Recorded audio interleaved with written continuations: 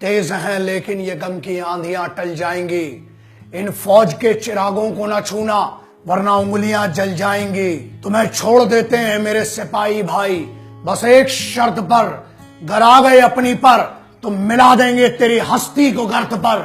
कश्मीर में उस फर्जी आजादी के लिए कुछ पत्थरों से लड़ जाते हैं और इन जैसे गद्दारों के लिए कुछ वहां सिपाही बर्फ में मर जाते हैं। ये वीडियो आज मेरे उन सिपाही भाइयों के लिए, उन फौजी योद्धाओं के लिए जो वहां पर अपना सुख चैन छोड़कर, अपना घर बार छोड़कर दिन रात लगे हुए हैं वहां पर उन लोगों को बचाने के लिए, उनके परिवारों को बचाने के लिए, जो उन पर सुबह शाम पत्थर चलाते हैं। क्या कहा गया, ये पत्थर मारते हैं उसके बाद भी इनकी सुरक्षा की जा रही है। उसका कारण यह है क्योंकि इन सिपाहियों को, ना पुलिस को, ना पैरामिलिट्री फोर्सेस को, ना इंडियन आर्म्ड फोर्सेस को, इनको कोई भी डाउट नहीं है कि भारत का हिस्सा कश्मीर हमारा था, हमारा है और हमारा ही रहेगा। 4-4, 5-5 वीडियो तो मैं कर चुका हूं। कितनी बार यूथ को समझाया जाएगा कश्मीर की कि मत भड़को, जो तुम्हारे आका और अनडिक्लेयर्ड बॉसेस और बाप बन के बैठे हैं वहां पर तुम्हारे, वो क्या करते हैं, अपने बच्चों को फॉरेन यूनिवर्सिटीज में पढ़ा रहे हैं, बड़ी बड़ी जगह में जॉब दे रहे हैं, एग्जाम के लिए मर्सिडीज से जाते हैं और तुम्हें इसलिए पत्थर फेंकने के लिए लगाया है क्योंकि तुम ना पढ़ पाओ, क्योंकि तुम पढ़ जाओगे तो राजनीति समझ लोगे।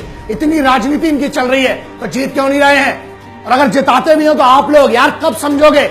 जब तुम्हारी हस्ती मिट जाएगी, जब कश्मीर मिट जाएगा, तब आप समझोगे। क्या आपकी जिम्मेदारी है समझने के लिए कि आपको हर बार बरगलाया जा रहा है, आपके हाथ में पत्थर दिया जा रहा है और खुद की औलादों के हाथ में आईपैड दिया जा रहा है। अब तो समझ जाओ। आप आपसे नारे क्या लगवाए जाते हैं कि आधी रोटी खाएंगे पर सर नहीं झुकाएंगे, है ना, और सुबह शाम मिलकर इस फौज पर पत्थर चलाएंगे। उसके बाद भी आर्मी कैंप्स के सामने दूसरे दिन सुबह फिर राशन में चावल के लिए और केरोसिन ऑयल के लिए लगे रहते हो। फिर भी दिल देखो उस फौजी का कितना बड़ा होता है कि तुम्हें बाढ़ आती है तो बचाता है। तुम्हारे आका बाप आते हैं वहां पर बचाने के लिए।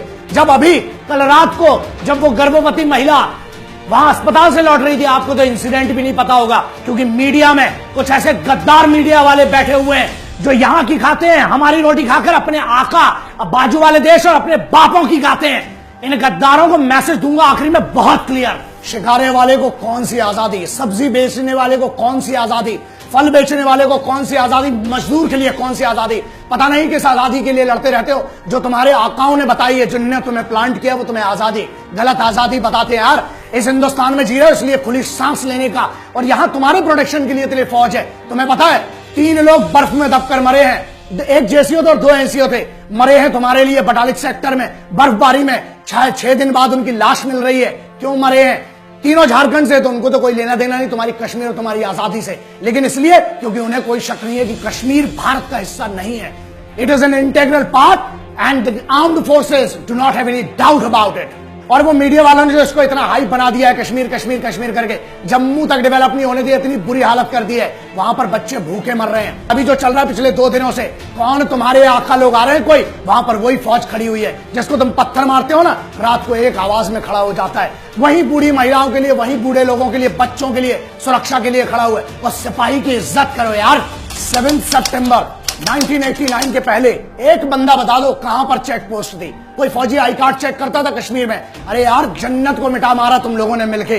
किस नाम पर? उस फर्जी आजादी के नाम पर। एक तरफ तुम कहते हो कि सरकार की नौकरी मत लो, ठीक है, और दूसरी तरफ तुम क्या कर रहे हो, वहां डेवलपमेंट होने नहीं दे रहे हो। तो इशू ये है तुम इस यूथ को बरगला रहे हो क्योंकि तुम्हें वहां तानाशाही करना है, राज करना है और इनको अनपढ़ रखना है। यह सबसे बड़ी प्रॉब्लम है। दूसरी बात, अबे गद्दारों सामने बोल रहा हूं और फिर से बोल रहा हूं, इस बार फोन आते हैं बड़े, फेक साबित कर दोगे, फ्रॉड साबित कर दोगे, क्या बोलते हो मेरे बारे में, है ना? मीडिया में बड़ी धमकियां आती है, मीडिया वाले जो मेरे को कर रहे हो। सबको पता है इस देश में 2 टाइप के मीडिया है, एक वो जो देश के सिपाही की बात करते हैं और एक वो रोज कोशिश करते हैं फोन कर करके, है ना?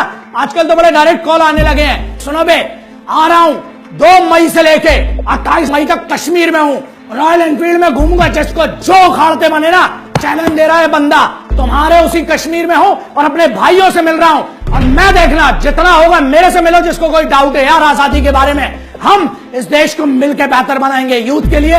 यू आर माय ब्रदर्स, मेरे को कोई डाउट नहीं है, इसलिए आ रहा हूं तुम्हारे लिए। और जितने ये बैठे ना गद्दार मीडिया वाले और उधर जम्मू के गद्दार जितने जम्मू कश्मीर में, डेट बता रहा हूं और सबको पता चल जाएगा, होर्डिंग देख लेना।